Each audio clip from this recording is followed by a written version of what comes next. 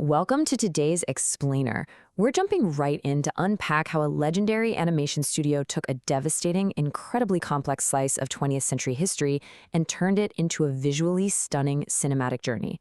We're looking at Hayao Miyazaki's 2013 masterpiece, The Wind Rises. Now, this isn't just your standard story about airplanes. It's a profound, kind of haunting look at how human imagination violently collides with the brutal realities of history. Here's our roadmap for today.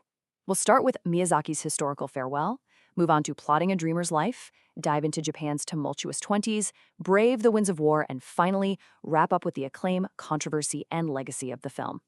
All right, Section 1, Miyazaki's historical farewell, the final masterpiece of Studio Ghibli's legendary director. So, Hayao Miyazaki, the absolute visionary behind beloved classics like Spirited Away, originally planned for this beautifully crafted film to be his grand, definitive farewell before retiring. He wanted to go out with something deeply personal, rooted right in a fascinating yet completely devastating era of his nation's history. Now, what's really wild is the contrast between what people thought they were getting and what actually played on screen.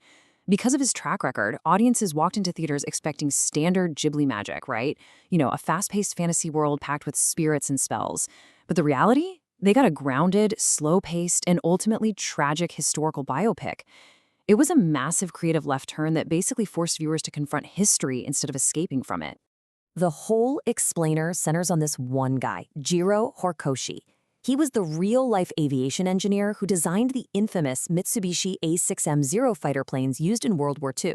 But Miyazaki didn't just give us a dry documentary. He masterfully took Jiro's actual biography and blended it with a fictional romance, heavily inspired by Tatsuo Hori's 1937 literary novel The Wind Has Risen. It's this brilliant, seamless fusion of fact and fiction. Moving right along to Section 2, Plotting a Dreamer's Life, fusing biography with boundless imagination. Let's look at how the movie builds its narrative around the inner world of a brilliant dreamer. Because hey, before metal is ever bent or engines are fired up, creation starts strictly in the mind. Airplanes are beautiful dreams. That quote right there, it perfectly captures the core theme of the entire film. It's spoken by Count Caproni, who is this imaginary Italian aircraft pioneer acting as a muse inside Jiro's mind. See, Jiro is nearsighted. He can't be a pilot. So instead, he retreats into these soaring, hyper-colorful, harmless visions that he shares with Caproni. In his head, planes aren't weapons of war. They're literally magnificent paper birds and buoyant dragons. Through his eyes, we see that the dream of defying gravity has to come first before reality can catch up. He's a thinker, entirely obsessed with the inner workings of the world, and he pushes technology forward just through sheer, patient observation. Actually, one of the best moments in the film is when he finds the ingenious inspiration for curved airplane wings, literally just by staring at the curve of a mackerel bone during dinner. It's such a small, wondrous moment of discovery. Section 3, Japan's tumultuous 20s, a fragile world facing relentless historical pressure.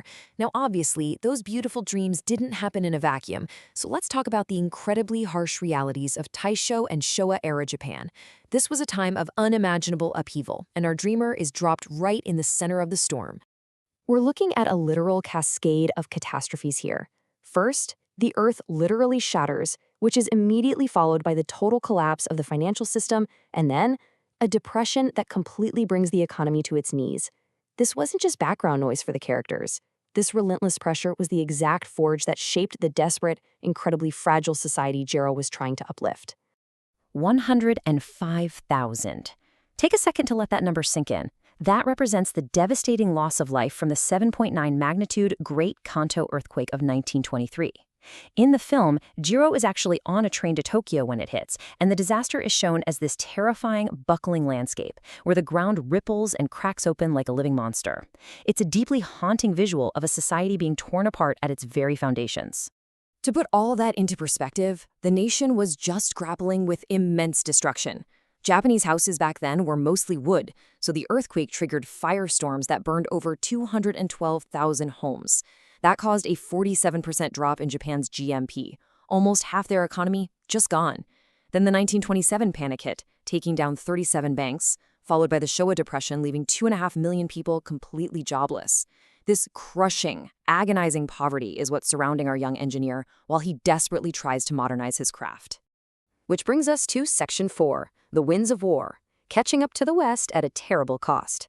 The quiet, cooperative diplomacy of the Taisho democracy was completely fading out, making way for the heavy militarism that swallowed Japanese society whole in the 1930s.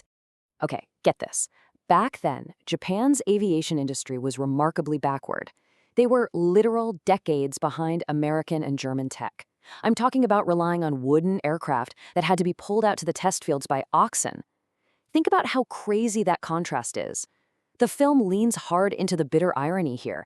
Engineers like Jiro were being paid lavishly by a desperately poor country to build modern military machines, all while everyday citizens were literally starving in the streets.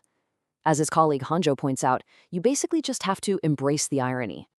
And here is the absolute tragic core of the story.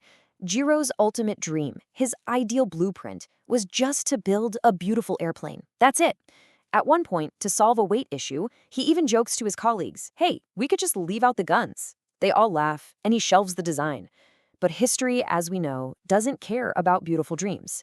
His brilliant designs ultimately morphed into the lethal A6M Zero, a machine used to rain down destruction at Pearl Harbor and in kamikaze operations. His paper birds became literal mechanical nightmares.